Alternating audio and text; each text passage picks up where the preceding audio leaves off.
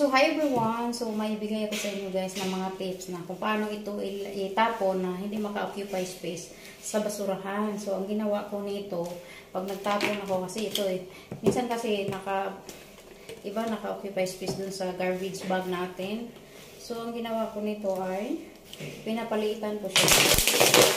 Ginagawa ko siya para lumiit siya at saka hindi na siya makapag. Ayan, ganyan na siya. Magtapon tayo ng ganito. So, tanggalan nyo lang yung takip niya. Tanggalin mo siya, ganyan. Tapos, i-press mo lang siya. Palabasin mo yung hangin. Ipagin sa baba. Ganyan. So, ganyan siya. Ibalik mo siya pagkasi para hindi kumakain ng hangin uli. So, ayan siya, ganun. Ayan, ganun. Ganun lang siya guys. Para makakatulong din sa basurahan nyo na, yan, maliit na siya, diba? O, kasang-kasya na dun sa basurahan natin. So, ito lang gawin nyo guys, madali lang. So, yan ang natutunan ko, bigay ko din sa inyo para marami tayong marunong nito, diba? Para ma-keep natin ang ating basura. So, salamat, this is Bisla.